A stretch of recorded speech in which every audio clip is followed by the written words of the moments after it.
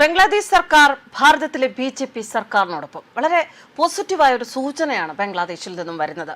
ഇന്ത്യയിൽ മുസ്ലിങ്ങൾ പീഡിപ്പിക്കപ്പെടുന്നു എന്ന ജമാഅത്തെ ഇസ്ലാമിയുടെ വാദത്തിന് ബംഗ്ലാദേശി സർക്കാർ മുഖമടച്ച് മറുപടി കൊടുത്തിരിക്കുകയാണ്. തെളിവുണ്ടെങ്കിൽ കൊണ്ടുവരാം, എന്നിട്ട് വിശ്വസിക്കാം. ബംഗ്ലാദേശി സർക്കാരിന്റെ ഈ നിലപാട് നരേന്ദ്രമോദി സർക്കാരിനുള്ള ഒരു അംഗീകാരം കൂടിയാവുകയാണ്.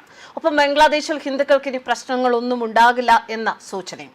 ജമാഅത്തെ ഇസ്ലാമിയുടെ കപട നാടകം ഇതോടെ പൊളിയുകയാണ്. പശ്ചിമ ബംഗാളിലും അസമിലും മുസ്ലിങ്ങൾ പീഡിപ്പിക്കപ്പെടുന്നു എന്ന ജമാഅത്തെ ഇസ്ലാമിയുടെയും പ്രതിപക്ഷ സഖ്യത്തിന്റെയും ആരോപണങ്ങൾ തള്ളി ബംഗ്ലാദേശ് സർക്കാർ തന്നെ രംഗത്ത് വന്നിരിക്കുന്നു.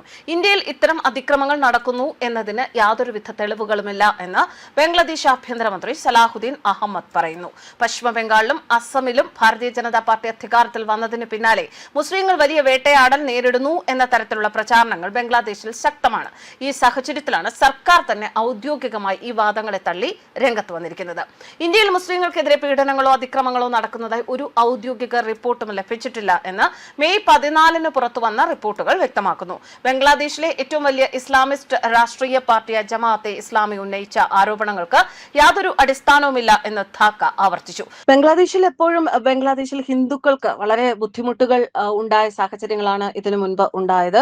അതുകൊണ്ട് തന്നെ ബംഗ്ലാദേശിലെ ജനങ്ങൾ എപ്പോഴും ഇന്ത്യയുമായുള്ള ബന്ധം, ഇന്ത്യൻ സർക്കാരുമായിട്ടുള്ള ബന്ധം പലപ്പോഴും പുലർത്തുന്നത് പതിവാണ്.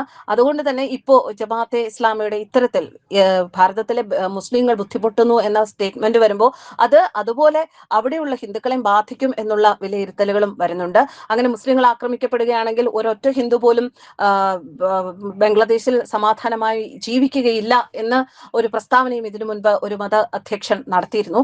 ഇതിന്റെയൊക്കെ അടിസ്ഥാനത്തിലാണ് ബംഗ്ലാദേശ് സർക്കാർ ഈ ഒരു സ്റ്റേറ്റ്മെന്റിനെ വളരെ ഗൗരവത്തോടെ കാണുന്നതും അങ്ങനെ ഒരു പ്രശ്നങ്ങൾ അവിടെ ഇല്ല എന്ന് കൃത്യമായി ഒരു വിശദീകരണത്തിലൂടെ സ്ഥിരീകരിച്ചിരിക്കുകയും ചെയ്തിരിക്കുന്നത്. ഇത് നരേന്ദ്രമോദി സർക്കാരിന്റെ നയതന്ത്രത്തിന്റെ ഭാഗം തന്നെയാണ്. എന്തായാലും ശത്രുപക്ഷത്ത് നിൽക്കുന്നവർ ആരായാലും ശരി, അവർക്ക് ശത്രു എന്നുള്ള ആ ഒരു സ്ഥാനം, അത് ശത്രു സ്ഥാനത്ത് മാത്രം അവരെ നിർത്തുന്ന ഒരു നയം ഭാരതത്തിനുണ്ട് എങ്കിലും നയപരമായി എന്തെങ്കിലും ഒരു സഹായം അവർക്ക് ആവശ്യമുള്ള പക്ഷം അവരോടൊപ്പം നിൽക്കുന്ന ഒരു നയം തന്നെയാണ് എപ്പോഴും ഭാരതം സ്വീകരിച്ചിട്ടുള്ളത്. അതുകൊണ്ട് തന്നെ ബംഗ്ലാദേശിനെ സഹായിക്കുകയും എന്നാൽ ബംഗ്ലാദേശിന്റെ ചില നിലപാടുകളിൽ എതിർപ്പ് പ്രകടിപ്പിക്കുകയും ചെയ്യുന്നതിൽ ഇന്ത്യ എന്നും മുൻപന്തികൾ തന്നെയാണ്. ഈ കാരണങ്ങൾ കൊണ്ടൊക്കെ തന്നെയാണ് നരേന്ദ്രമോദി സർക്കാരിനെയും ബി.ജെ.പി. സർക്കാരിനെയും ചേർത്ത് നിർത്തണം എന്ന ചില നിലപാടുകളിലേക്ക് ബംഗ്ലാദേശ് സർക്കാർ മാറാൻ കാരണം. അതും നരേന്ദ്രമോദി സർക്കാരിന്റെ നയതന്ത്ര വിജയമായി തന്നെ കരുതുകയാണ്, ഇപ്പോൾ വിലയിരുത്തുകയാണ് രാഷ്ട്രീയ നിരീക്ഷകർ. എന്തൊക്കെയായാലും ശരി, ഇങ്ങനെ ഇന്ത്യയോട് ഒരു അടുത്ത് നിൽക്കാനുള്ള ഒരു ഇഷ്ടം അല്ലെങ്കിൽ അടുത്ത് നിൽക്കാനുള്ള ഒരു സന്നദ്ധത ബംഗ്ലാദേശ് സർക്കാർ പ്രകടിപ്പിച്ചിരിക്കുന്നത് എന്തുകൊണ്ടും പോസിറ്റീവായ ഒരു സൂചന തന്നെയാണ്. മുസ്ലിങ്ങൾക്കെതിരെ പീഡനം തുടങ്ങി എന്നതിന് എന്ത് ഡാറ്റ അല്ലെങ്കിൽ എന്ത് തെളിവാണ് നിങ്ങളുടെ പക്കലുള്ളത് എന്ന് ആഭ്യന്തരമന്ത്രി ചോദിച്ചു. പഴയ പല സംഭവങ്ങളുടെയും ദൃശ്യങ്ങൾ ഇപ്പോൾ നടന്നത് എന്ന രീതിയിൽ സോഷ്യൽ മീഡിയയിൽ പ്രചരിക്കുകയാണ്. ഇന്ത്യയിൽ ബംഗ്ലാദേശിന്റെ ഡിപ്ലോമാറ്റിക് മിഷനും വിദേശകാര്യ മന്ത്രാലയവും സജീവമാണ്. അവിടെ നിന്നും പീഡനവുമായി ബന്ധപ്പെട്ട വിവരങ്ങൾ ലഭിച്ചിട്ടില്ലെന്നും മന്ത്രി വ്യക്തമാക്കി.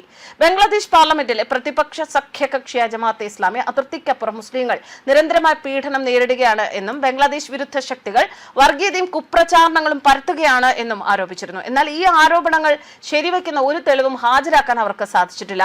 ബി.ജെ.പിയുടെ വിജയത്തിന് പിന്നാലെ ഇന്ത്യയും ബംഗ്ലാദേശിനെയും തമ്മിൽ അടുപ്പിക്കാൻ ലക്ഷ്യമിട്ടിട്ടുള്ള വ്യാജ പ്രചാരണങ്ങൾക്കെതിരെ കർശന നിലപാടാണ് ബംഗ്ലാദേശ് സർക്കാർ സ്ഥിരീകരിച്ചിരിക്കുന്നത്.